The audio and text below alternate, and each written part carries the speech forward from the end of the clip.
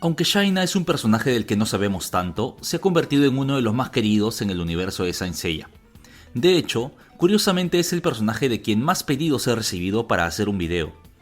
Ella es el prototipo de la mujer guerrera que está dispuesta a todo en el campo de batalla.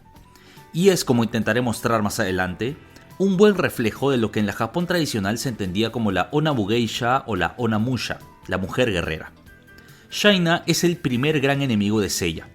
Incluso, más adelante él la identifica como el rival más duro que ha tenido, hasta que conoce a los Caballeros Dorados. Shaina genera temor y respeto con su personalidad implacable y fría, aunque sabemos que uno de los rasgos más notables del personaje es que tras la máscara de combate guarda un rostro muy delicado que la hace parecer más bien sensible y vulnerable. Esta es una de las formas en las que Kurumada representa a las mujeres en su obra, y por eso creo que puede ser interesante comenzar hablando en general del lugar de la mujer en Saint Seiya.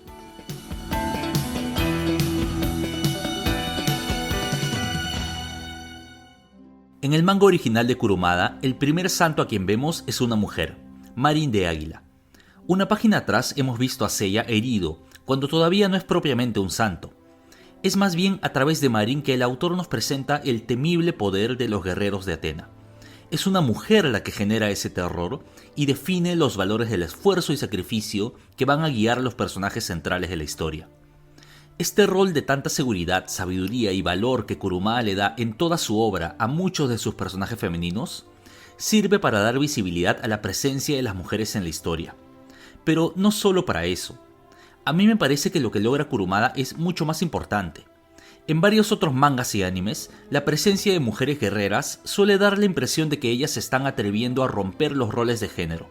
Son mujeres que logran ir más allá de la expectativa que en su mundo se tiene de lo femenino. Pero en Saint Seiya, Kurumada logra que sus guerreras se sientan totalmente naturales. Es decir, no parece que estuvieran rompiendo las normas de género en su mundo. Ni Marin ni Shaina son exactamente prototipos de mujeres que se rebelan contra su contexto. Más bien, el mundo que crea Kurumada es uno en el que la presencia de guerreras, líderes y maestras es lo más natural. Y esto es realmente muy interesante porque lo más usual es crear personajes femeninos que representan la posibilidad de la liberación femenina.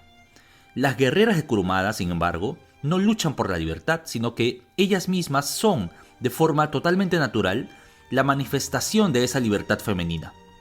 Ahora, eso no significa que en Saint Seiya no existan también rastros de la mirada más tradicional y hasta estereotipada de la mujer.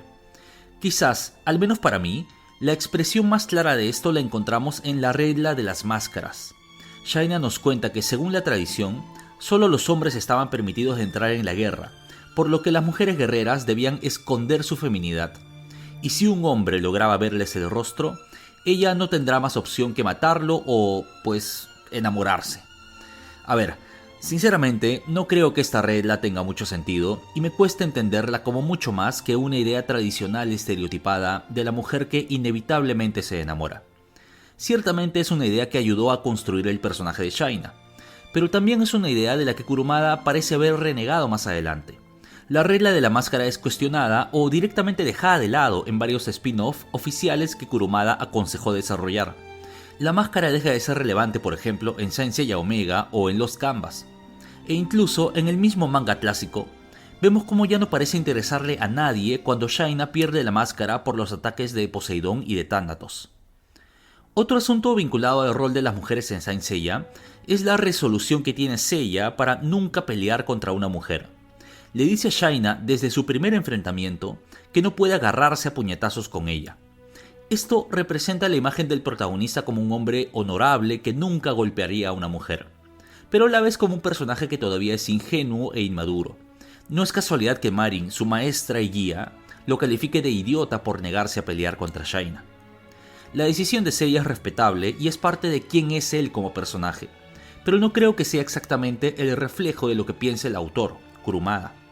Hay varios momentos en los que otros personajes honorables hacen exactamente lo contrario. Por ejemplo, es muy recordada la actitud de Ikki frente a Pandora, a quien le dice que no le interesa que ella sea mujer. A él lo que le importa es luchar por la justicia. Otro ejemplo lo encontramos en el Next Dimension, donde vemos como Shun, al igual que su hermano, no tiene ningún problema para luchar contra las satélites de Artemisa, un ejército exclusivamente compuesto por mujeres. Todo esto es parte del muy rico abanico de roles y modelos que encarnan las mujeres en Saint Seiya. Están las líderes y guías como Saori o Pandora. Están las guerreras y consejeras como Marin o Tethys. También tenemos a las que tienen un rol más pasivo y fiel como Esmeralda o Miho. E incluso están las que se mueven entre el rol de la compañera fiel y la guerrera, como ocurre en el caso de Yune. Y creo que no podemos dejar de al menos mencionar a las Saintias, desarrolladas en el hermoso manga Saintia Sho. Ellas son mujeres que sirven y cuidan directamente a Athena, pero que a la vez cumplen el rol de guerreras y no tienen la necesidad de esconder su feminidad.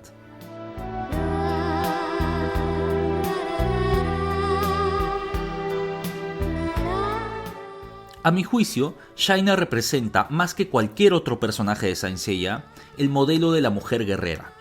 Y aunque según la enciclopedia Saint Seiya ella tiene nacionalidad italiana, me parece que en ella podemos ver mucho de la función tradicional que la cultura japonesa le dio a las mujeres guerreras. Ciertamente, Japón no es un contexto exactamente caracterizado por la liberación y el empoderamiento de la mujer. Pero sí existen hitos en la tradición nipona en los que resaltan ciertas figuras femeninas que activamente participaban de la guerra en igualdad de condiciones que los hombres.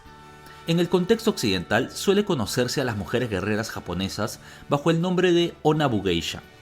Onna puede interpretarse del japonés como mujer y Bugeisha como el ser una experta en artes marciales.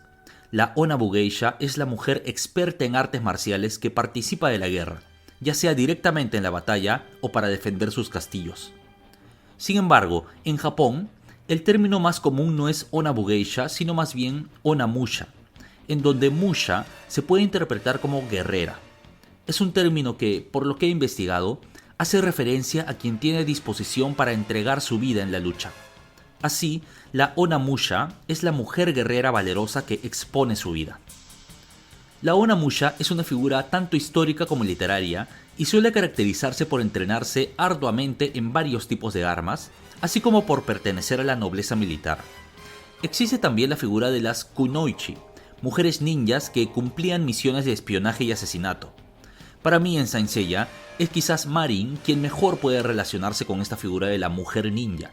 Recordemos que Marin no solo lucha, sino que cumple varias veces con misiones detectivescas para descubrir los secretos del santuario. Pero como decía antes, es Shaina quien a mi juicio cumple mejor el rol de la Onna Musha japonesa. Como guerrera, Shaina es ejemplar.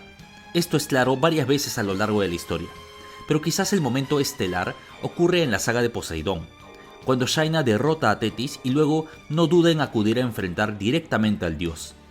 En ese momento, tal como las Onna Musha estaban listas para morir en la guerra, Shaina asume la responsabilidad de que es la única guerrera de Atena en pie y debe derrotar a Poseidón.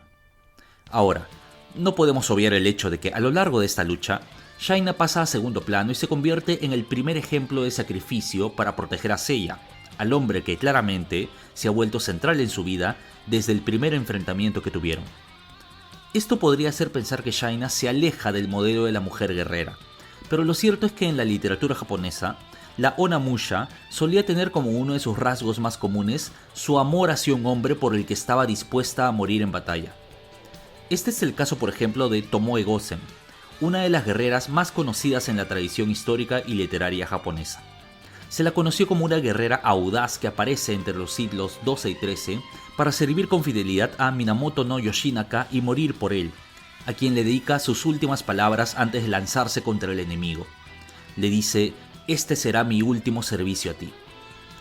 Esta disposición al sacrificio se manifiesta también en Shaina desde el primer enfrentamiento que tienen Seiya y Ayolia de Leo, y luego contra Poseidón vuelve a protegerlo diciéndole que él es la única esperanza para salvar a la Tierra.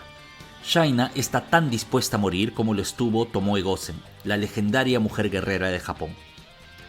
Y un último punto que me gustaría señalar en el paralelismo entre Shaina y las Onna Musha es que estas guerreras japonesas solían ser descritas en la literatura con un rasgo muy particular.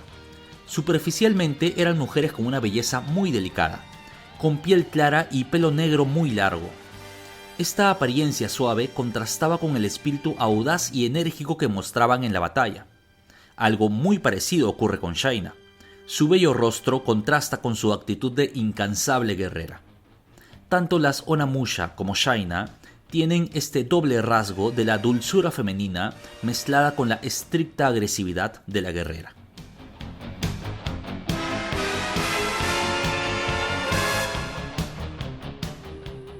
Shaina es un personaje súper interesante y sin embargo no es de los personajes femeninos de Kurumada que estén mejor desarrollados. No solamente en Saint Seiya, sino en varias otras de sus obras Kurumada tiene personajes femeninos que están mejor desarrollados, que tienen quizás más profundidad, que sabemos más, ¿no?, de las motivaciones de esos personajes.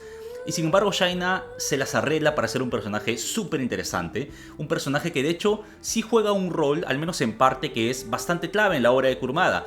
Es bien conocido que en las obras de Kurumada, desde el mismo inicio de su carrera, las mujeres suelen jugar un rol importante, en particular como guías del protagonista. Las mujeres suelen ser las que guían, las que son las maestras del protagonista. Está en Saint Seiya con Marin, pero está también en gran parte, o al menos en cierta parte, con Shaina. Shaina es una especie de maestra involuntaria de Seiya, ¿no? Shaina es el primer gran enemigo de Seiya, juega un rol bien importante en su crecimiento. Es, a mí me parece, la primera en reconocer el trascendental potencial que tiene Seiya, ¿no? Porque Marin ya evidentemente reconoce el potencial de Seiya. Marin, de hecho, vemos una escena en la que ve al Pegaso detrás de Seiya, ve al cosmos del Pegaso en Seiya, ¿no? O sea, ve que está destinado a convertirse en el caballero de Pegaso. Pero Shaina, cuando se enfrenta a Seiya, es como que detecta algo más. Ve el potencial en Seiya de ser este legendario santo de Atena. Y desde allí lo va a admirar y desde allí va a convertirse, en tanto que es su enemiga, pero a la vez como que su protectora y tienen esta relación ambivalente, Seiya y Shaina. Bueno, va a convertirse en una especie de, como decía, maestra involuntaria de él. Con Kurumada y los personajes femeninos ocurre algo bien interesante porque... A ver, o sea, Kurumada está escribiendo Saint Seiya en la década de los 80s. Y está escribiendo Saint Seiya no solamente en un espacio bien masculino como es el shonen, ¿no?, que es el manga shonen, que es un espacio bien poblado en todo sentido por hombres, sino que está escribiendo en la cultura japonesa. Y la cultura japonesa, si bien ha tenido a lo largo de las décadas, en el siglo XX, en la segunda mitad del siglo XX, movimientos feministas, movimientos de lucha por la liberación, por los derechos de las mujeres, no ha sido la cultura japonesa una que se caracterice, digamos, por la receptividad positiva a estos movimientos. Y allí en ese marco Kurumada escribe a personajes femeninos que no han sido la norma dentro, en particular, del manga shonen. Y eso lo hace Kurumada un transgresor en este sentido. Y sin embargo, a la vez, me parece súper interesante cómo Kurumada también es un autor que valora mucho la tradición. Y hay esta ambivalencia que mencionaba también en parte ya a lo largo del análisis, ¿no? Kurumada es un autor bien nostálgico con el pasado. Respeta mucho la tradición, cree que es necesario recobrar, o más que recobrar, como que cuidar los valores del pasado. Y es como que estas dos cosas, el progresismo, digamos, de Kurumada, sobre todo en particular hablando, en este caso, del rol de las mujeres en su obra, ese progresismo es como que se da la mano con esta tradición que él intenta rescatar, que él intenta respetar. En particular cuando hablamos de Saint Seiya y del personaje de Shaina, pero en general cuando uno ve las otras obras de Kurumada, suele haber estos personajes femeninos súper interesantes que, a la vez que recuperan la tradición, logran resignificarla, transformarla y hacerla avanzar. Eso pasa con Shaina y creo que es uno de los motivos por los que es un personaje tan querido y tan interesante. No sabemos muy bien cómo identificar eso, es algo medio mágico y medio como que súper especial que hace Kurumada, pero allí está Shaina, ¿no? Entre la tradición, cuidando la tradición y haciéndola avanzar, haciéndola progresar.